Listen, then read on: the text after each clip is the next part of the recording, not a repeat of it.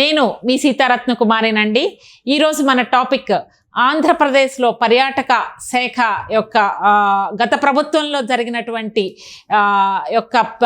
పనులు కానీ దాని మీద ప్రస్తుత గవర్నమెంట్ శ్వేతపత్రం విడుదల చేసే ఉద్దేశంలో ఉంది. దీన్ని మనం విశ్లేషణలోకి వెళితే కనుక రిషికొండ నుంచి తిరుపతి వరకు అసలు ఈ పర్యాటక శాఖలో ఎన్ని అవకతవకలు జరిగినాయి, ఎంత అవినీతి జరిగింది, అందులో అధికారుల పాత్ర ఎంత, ఆ శాఖ మంత్రి అయినటువంటి రోజా గారి పాత్ర ఎంత ఉంది అనేది మనం రావు గారిని అడిగి ఆయన విశ్లేషణలో తెలుసుకుందాం. నమస్కారం రావు గారు. నమస్తే.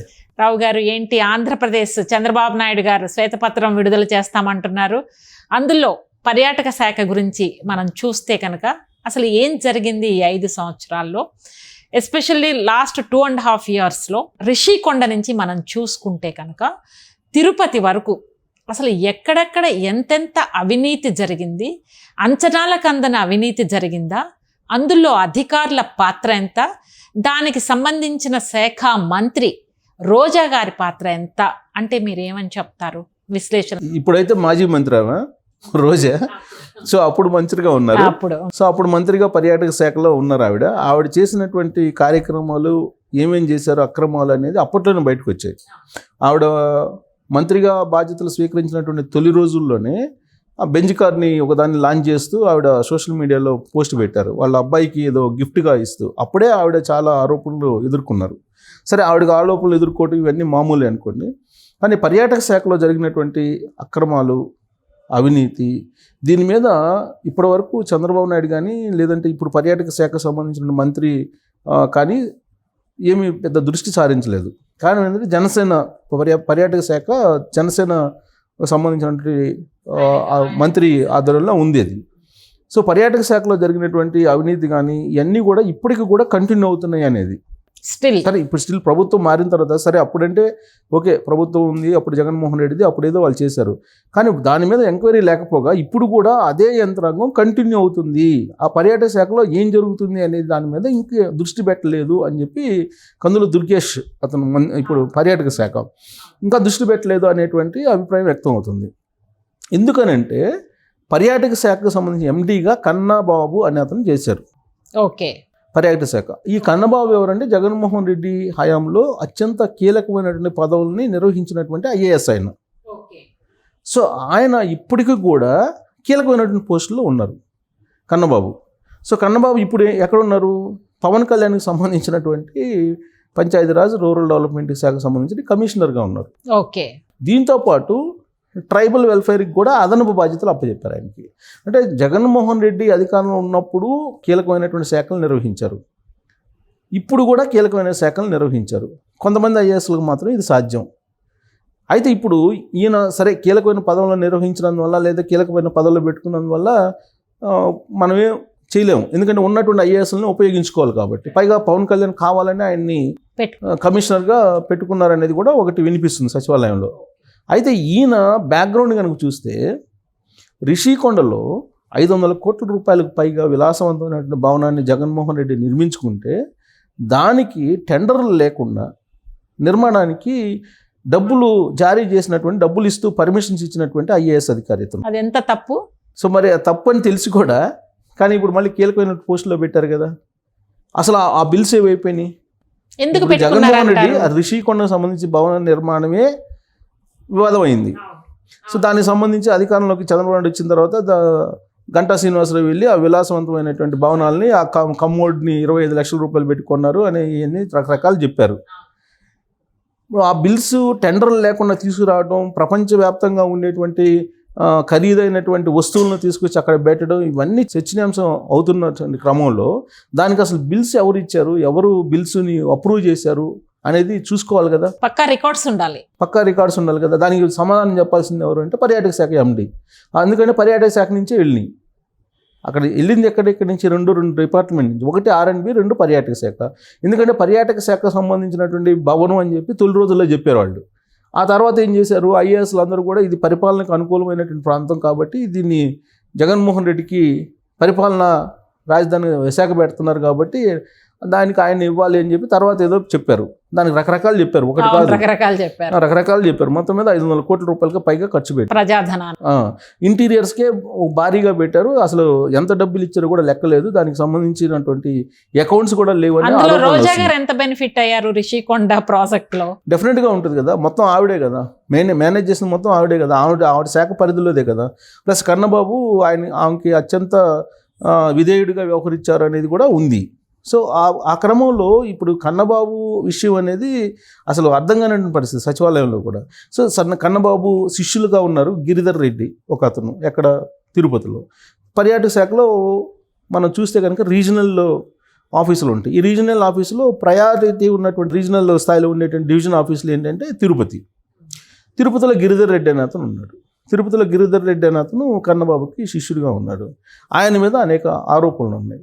అసలు ఆయన అయితే ఆ గిరిధర్ రెడ్డి అనే అతను ఇప్పుడు ధనుంజయ రెడ్డికి స్వయాన బావమధ్య సంథింగ్ ఒక కూటమే, మొత్తం వీళ్ళంతా ఒక టీమ్, రౌండ్ సర్కిల్. ఇప్పుడు ఆ గిరిధర్ రెడ్డి అనే అతను ఇప్పుడు ధనుంజయ రెడ్డికి దగ్గర బంధువు. ఆయన ఇప్పటికీ కూడా ప్రభుత్వం మారినప్పటికి కూడా ఇప్పటికి కూడా అక్కడ తిరుపతిలో తన హవాని కొనసాగిస్తున్నాడు.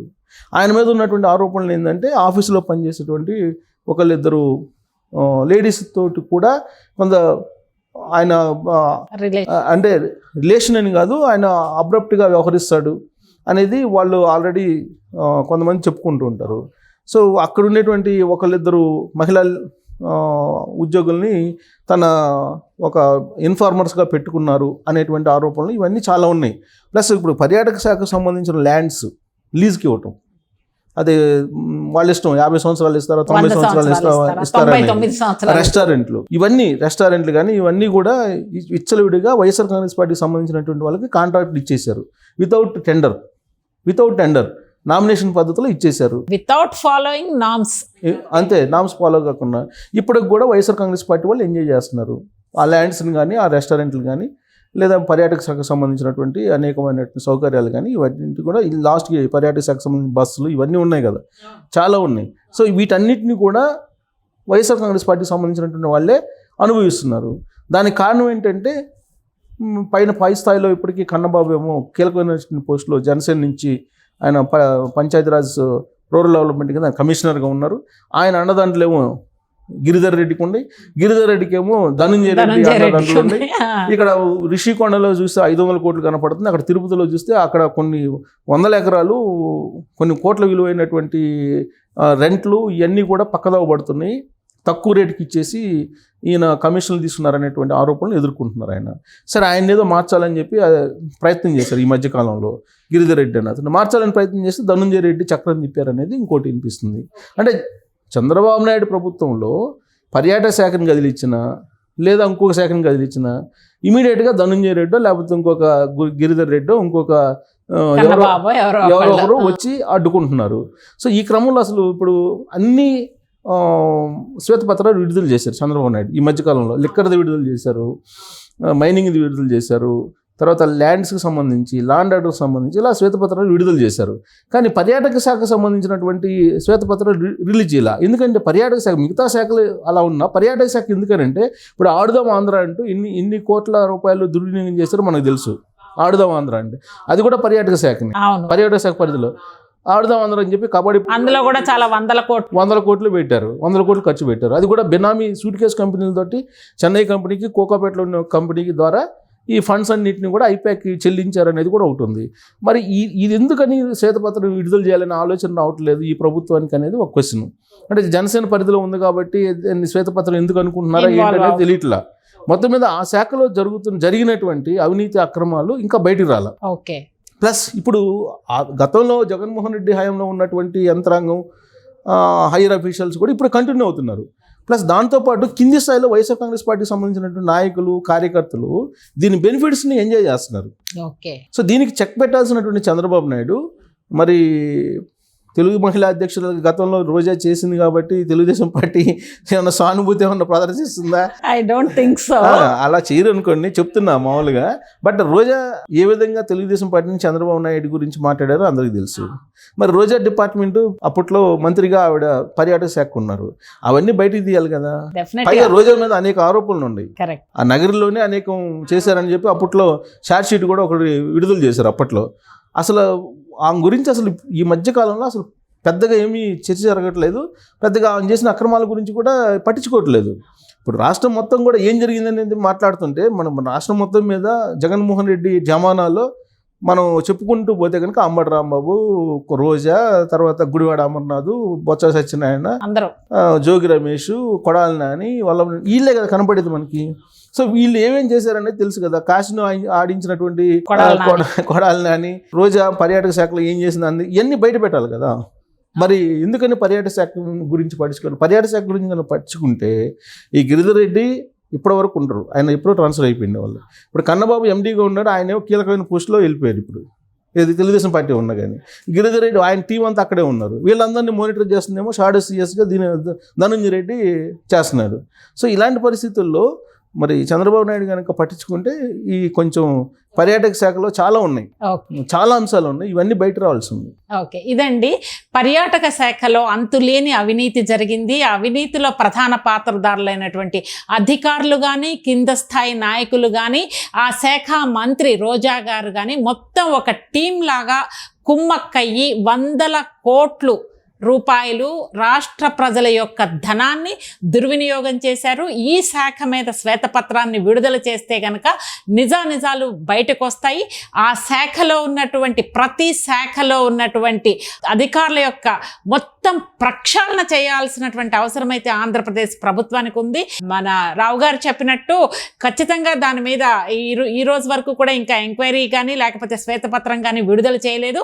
ఆ దిశగా ఆలోచిస్తే ఎన్నో అంశాలు బయటకు రావడానికి అవకాశం ఉందని మనకి రావు గారు ఆయన విశ్లేషణలో చెప్పారు. థ్యాంక్ యూ సో మచ్ అండి.